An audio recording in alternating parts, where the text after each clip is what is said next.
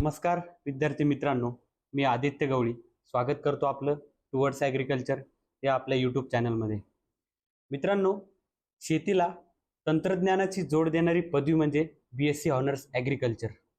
या पदवीला महाराष्ट्रामध्ये जवळपास 15 ते 16 हजार विद्यार्थी प्रत्येक वर्षी प्रवेश मिळवत असतात व त्याच मोठ्या संख्येने या डिग्रीतून ते पदवी घेऊन बाहेरील क्षेत्रामध्ये प्रवेश करत असतात. तर यामध्ये या डिग्रीला नवीनच प्रवेश मिळवण्याआधी विद्यार्थ्यांच्या व पालकांच्या मनामध्ये भरपूर अशी काळजी असते किंवा मग प्रश्न असते. याविषयी आपण आज सविस्तर चर्चा करणार आहोत. तर या चर्चेसाठी आपल्याला महत्त्वाचे मार्गदर्शक म्हणून लाभलेले आहे डॉक्टर बाबासाहेब ठोंबरे सर. नमस्कार सर. नमस्कार. आपल्या यूट्यूब चॅनलमध्ये हार्दिक स्वागत आहे. मी धन्यवाद देतो.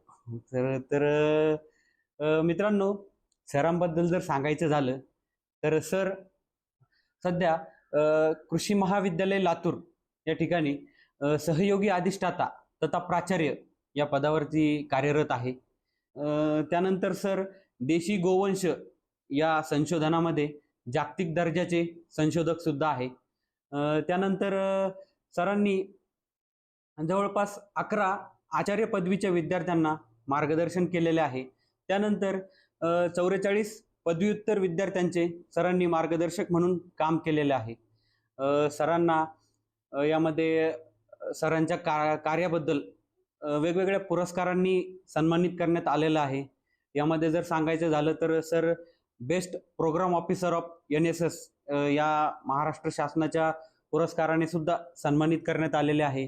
त्यानंतर जर म्हटलं तर वसंतराव नाईक मराठवाडा कृषी विद्यापीठाचा पुरस्कार आहे बेस्ट टीचर या पुरस्काराने सर सुद्धा सन्मानित झालेले आहेत.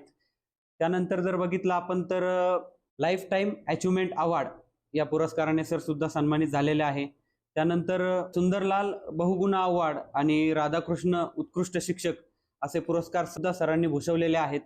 त्यानंतर महत्त्वाचा पुरस्कार म्हणजे best principal of the year हा सुद्धा पुरस्कार सरांनी भूषवलेला आहे. या सगळ्या अचिव्हमेंट सरांनी स्वीकारल्या आहेत. याबद्दल सरांचे खूप खूप अभिनंदन. आता मी सरांबद्दल जास्त न बोलता सरांना एक विनंती करतो की सरांनी आपलं थोडक्यात इंट्रोडक्शन करून द्यावं. सर्व प्रेक्षकांना, विद्यार्थी मित्रांना नमस्कार. मी डॉक्टर बाबासाहेब माणिकराव ठोंबरे. माझा जन्म बीड जिल्ह्यातील केज तालुक्यातील उंद्री या गावी झाला. माझं प्राथमिक शिक्षण आणि माध्यमिक शिक्षण जिल्हा परिषद उंद्री येथे मी पूर्ण केलं. त्याचबरोबर उच्च माध्यमिक शिक्षणासाठी मी नूतन विद्यालय अंबेजोगाई येथे पूर्ण शिक्षण केलं. त्यानंतर 11वी आणि 12वी श्री शिवाजी कॉलेज परभणी येथे मी विज्ञान या विषयामध्ये शिक्षण घेतलं. त्यानंतर वसंतराव नाईक मराठवाडा कृषी विद्यापीठामध्ये मी कृषी पदवी, पदव्युत्तर आणि आचार्य पदवीचं शिक्षण पूर्ण केलं. मी पशुसंवर्धन या विषयामध्ये आचार्य पदवी शिक्षण पूर्ण केलेलं आहे. त्यामध्ये जे देशी गोवंश आहे, मराठवाडा विभागामधील देवणी गोवंश आणि त्याचा संकरित वाण होलदेव या विषयात मी आचार्य पदवीचं शिक्षण पूर्ण केलेलं आहे. आज मी कृषी महाविद्यालय लातूर व विलासराव देशमुख कृषी जैवतंत्रज्ञान महाविद्यालय लातूर या दोन्ही महाविद्यालयाचा सहयोगी अधिष्ठाता व प्राचार्य या पदाचा पदभार मी पूर्ण करत आहे. Thank you sir. तर मित्रांनो, एकंदरीतच आपण सरांचं सगळं जे काही कार्य आहे ते बघितलं. यामध्ये सरांनी खूप मोठा असा हा प्रवास संपन्न केलेला आहे. तर सरांना मुळातच आपला प्रश्न असा असेल की सर, इथून मागचा जो प्रवास होता, एक सामान्य विद्यार्थी ते एक नामांकित कृषी महाविद्यालयाचे सहयोगी अधिष्ठाता तथा प्राचार्य, हा जो प्रवास होता तो कसा होता व त्याबद्दल आपण काय सांगाल? मुळातच मी शेतकरी कुटुंबामध्ये जन्म घेतलेला असल्यामुळं शेती, पशुधन, ग्रामीण भागातील पूर्ण कष्टकरी मजूर यांच्याविषयी एक वेगळाच आदर माझ्या मनामध्ये असायचा. आणि कौटुंबिक पार्श्वभूमी जर म्हटलं, एक पुरोगामी विचाराचं ग्रामीण भागातील एक कुटुंब आणि त्याचबरोबर वारकरी संप्रदाय हे आमच्या कुटुंबाचं पूर्व इतिहास आहे. अभ्यास करत असताना कृषीशी नाळ जुळत गेली आणि कृषी क्षेत्रामध्ये आपलं भविष्य घडवावं आणि शेतकरी, कष्टकरी, मजुरांचं उत्तरदायित्व, समाजाचं उत्तरदायित्व कार्यसंस्कृतीच्या माध्यमातून पूर्ण करावं असा एक मी मनाशी चंग बांधला आणि त्यानुसार कृषी पदवी, पदव्युत्तर आणि आचार्य पदवीचं शिक्षण पूर्ण केल्यानंतर मी या विद्यापीठाच्या सेवेमध्ये 2003 मध्ये रुजू झालो. सहाय्यक प्राध्यापक, त्यानंतर सहयोगी प्राध्यापक, प्राध्यापक, विभाग प्रमुख आणि सहयोगी अधिष्ठाता व प्राचार्य या पदावर मी आज कार्यरत आहे. Okay sir. तर मुळातच सरांनी पहिल्यापासूनच म्हणजे BSc ऑनर्स ॲग्रिकल्चर या पदवीला महत्त्व देऊन या पदवीमध्ये जवळपास सर्व शिक्षण या ठिकाणी पूर्ण केलं आणि आचार्य पदवी मिळवली. तर आज या डिग्रीच्या माध्यमातून सर आपण सर्वोत्कृष्ट पदावरती कार्यरत आहात. या डिग्रीला प्रवेश घ्यायचा हा तुमचा निर्णय कसा झाला? कारण पुरोगामी जमान्यामध्ये एवढं शिक्षणाला फारसं महत्त्व दिलं जात नव्हतं. त्याचबरोबर तेवढी समाजामध्ये चळवळ सुद्धा नव्हती की शिकायचं. तर ह्या ज्या पार्श्वभूमीला तुम्ही मागं टाकून यामध्ये कसे आलात? माझं जन्मगाव हे मुळातच पुरोगामी विचाराचं गाव म्हणून त्या भागामध्ये प्रसिद्ध आहे आणि कुटुंबाची पार्श्वभूमी जर पाहिली, एक 4-5 पिढ्यापासनं कृषी संस्कृतीशी जुळलेलं हे कौटुंबिक पुरोगामी विचाराच्या कुटुंबामध्ये वावरत असताना आणि कृषीची संस्कृती जोपासत असताना मनाशी असं ठरवलं की आपण शेतकऱ्यांच्या भवितव्यासाठी कुटुंब आहे. माझे ज्येष्ठ बंधू स्वर्गवासी डॉक्टर बालासाहेब माणिकराव ठोंबरे या कुटुंबातील प्रथम कृषी पदवीधर. त्यांनी पदव्युत्तर अभ्यासक्रम पूर्ण केला, आचार्य पदवी पूर्ण केली. त्यानंतर मी स्वतः पदवी, पदव्युत्तर आणि आचार्य पदवी पूर्ण केली. पुढच्या पिढीमध्ये सुद्धा आमचे 3 पुतणे हे पदव्युत्तर अभ्यासक्रम पदवी पूर्ण केलेले कृषीमधले स्नातक आहेत. माझी कन्या सुद्धा आचार्य पदवीचा अभ्यासक्रम पूर्ण करत आहे. जे नाविन्यपूर्ण जे तंत्रज्ञान आहे, विकसित असणारं तंत्रज्ञान शेतकऱ्यांना आपण व्यवस्थित आणि योग्य वेळी पुरवठा करून त्यांचं जे आर्थिक आणि सामाजिक स्तर उंचावण्यासाठी एक खारीचा वाटा उचलावा या हेतूनं कार्यरत आहे. सर, एखादा नवीनच विद्यार्थी ठरवतोय किंवा निर्णय घेतोय की मला आता BSc ॲग्रिकल्चर करायचं, तर यामध्ये माझा प्रश्न असा असेल तुम्हाला, ही डिग्री आपण का निवडावी? भारत देशामध्ये आपण जर पाहिलं तर सखल उत्पन्नामध्ये GDP मध्ये 17 ते 18% कृषीचा वाटा आहे. महाराष्ट्र राज्यामध्ये आपण दरडोई उत्पादनामध्ये 6व्या क्रमांकावर आहोत. यामध्ये प्रथम क्रमांक हा तेलंगणाचा लागतो, त्यानंतर कर्नाटक आहे, तामिळनाडू आहे, हरियाणा आहे, गुजरात आहे आणि त्यानंतर महाराष्ट्राचा क्रमांक दरडोई उत्पन्नामध्ये लागतो. महाराष्ट्रामध्ये प्रतिवर्ष दरडोई 2,52,311 हे उत्पन्न आहे. या दरडोई उत्पन्नामध्ये जर वृद्धी करायची असेल तर कृषीशिवाय पर्याय नाही. तरुणांना माझं असं आवाहन आहे, या कृषी संस्कृतीशी आपला जो प्रवास आहे तो व्यवस्थितपणे होण्यासाठी आपला जो अभ्यास आहे तो कृषीशी निगडित असावा. आपल्या राज्यामध्ये जवळपास 33,200 कृषी पदवी आणि कृषी पदविकाचे विद्यार्थी दरवर्षी आहेत. यामध्ये 18,126 हे कृषी पदवी आणि अनुषंगिक पदवीसाठी अभ्यासक्रमासाठी विद्यार्थी निवडले जातात, तर जवळपास 15,200 विद्यार्थी हे कृषी पदविकेसाठी निवडले जातात. आपल्या देशामध्ये माजी कृषी मूल्य आयोग याचे अध्यक्ष कैलासवासी नथुराम बिरदा यांना असं परदेशी अभ्यास शास्त्रज्ञाच्या चमूनं विचारलं होतं की भारतीय संस्कृती कशी आहे, कशी ओळखल्या जाते. तर त्यांनी असं सांगितलं की भारतीय संस्कृती ही कृषी संस्कृती आहे. त्या एक्सपर्ट टीमनं विचारलं what is the culture of India. त्यावेळेस त्यांनी असं उत्तर दिलं, कैलासवासी नथुराम मिर्झा यांनी, की agriculture is the culture of India. आणि या भारतीय संस्कृतीसाठी जोपासण्यासाठी, वृद्धी करण्यासाठी, कृषीचं महत्त्व वाढवण्यासाठी हा विषय अशामध्ये शालेय शिक्षणामध्ये सुद्धा घेण्याचं एक प्रयोजन, धोरणात्मक निर्णय होत आहे.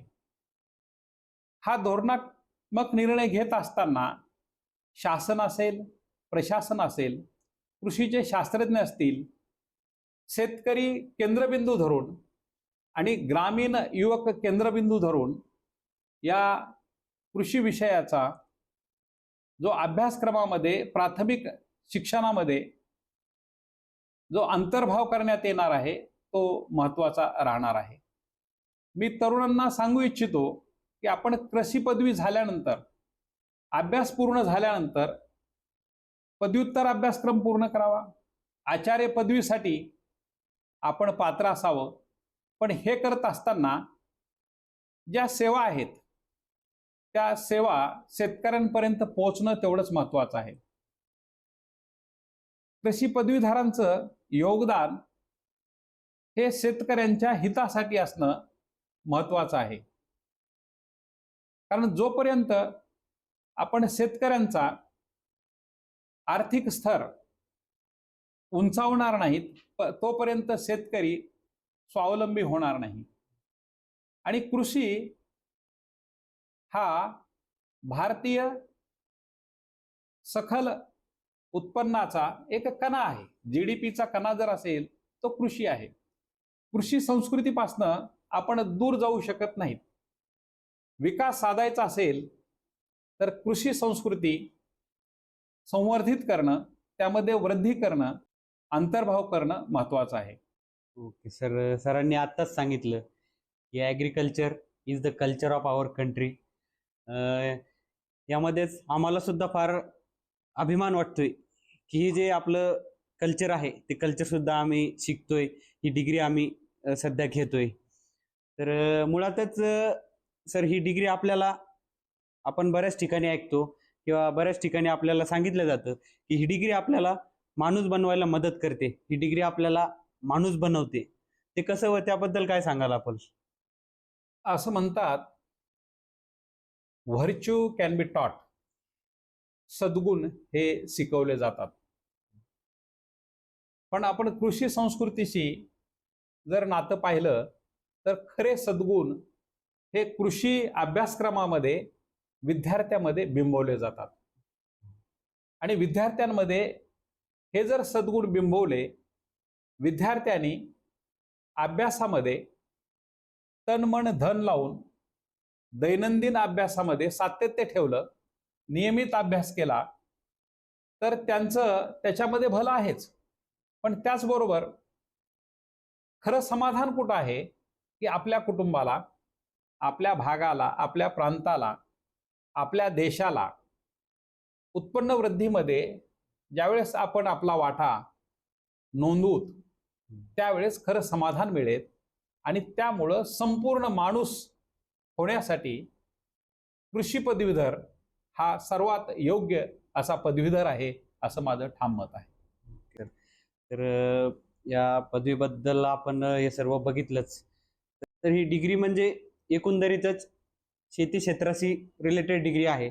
आपण आत्ताच सांगितलं की ही डिग्री शेतीला तंत्रज्ञानाची जोड देते. यामध्ये वेगवेगळा अभ्यासक्रम असो, वेगवेगळं संशोधन असो व त्या संशोधनाचा वेगळा विस्तार असो, हे सगळं या डिग्रीमध्ये आपण बघतो. माझा प्रश्न आहे, आणि माझाच नाही तर प्रत्येक डिग्री घेणाऱ्याला प्रश्न पडलाच पाहिजे हा, की या डिग्रीचा अभ्यासक्रम जो आहे तो आपल्याला शेती क्षेत्रात उपयोगी येतो का? कृषी पदवीचा जो अभ्यासक्रम आहे तो शेती क्षेत्रामध्ये अत्यंत उपयुक्त असा अभ्यासक्रम आहे, पण यामध्ये काळानुरूप बदल अपेक्षित असतात. हवामान बदल अनुकूल पीक पद्धती आपल्याला निवडावी लागेल. पर्यावरण पूरक जैव विविधता आपणाला संवर्धित करावा लागेल. आणि या गोष्टी करत असताना शेतकऱ्यांचे अनुभव, शास्त्रज्ञांचा अभ्यास आणि पारंपरिक शेतीला नव तंत्रज्ञानाची जोड देणं क्रमप्राप्त आहे.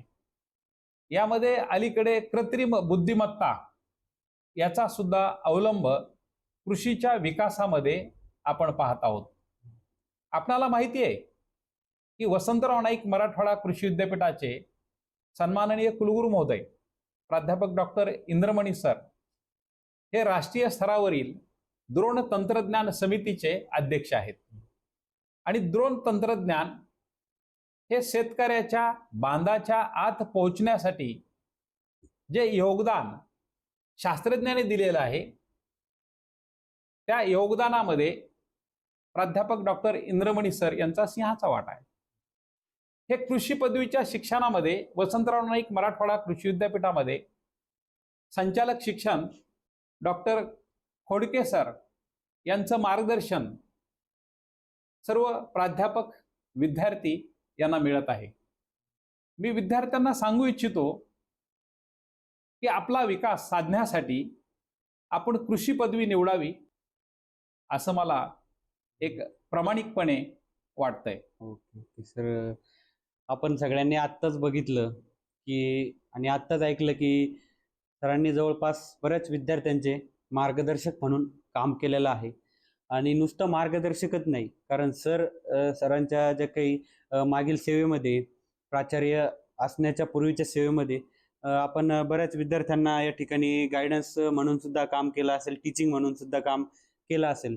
तर यामध्ये आपला मुळातच प्रश्न असा असेल की तुम्हाला सर तुमचे काही असे विद्यार्थी आठवतात का जे या डिग्रीच्या माध्यमातून आज वेगवेगळ्या क्षेत्रांमध्ये यशस्वी झालेत व आज त्यांची सेवा ते यशस्वीपणे शेतकऱ्यांपर्यंत असो किंवा वेगवेगळ्या सेक्टरमध्ये असो ते रुजू करत आहे?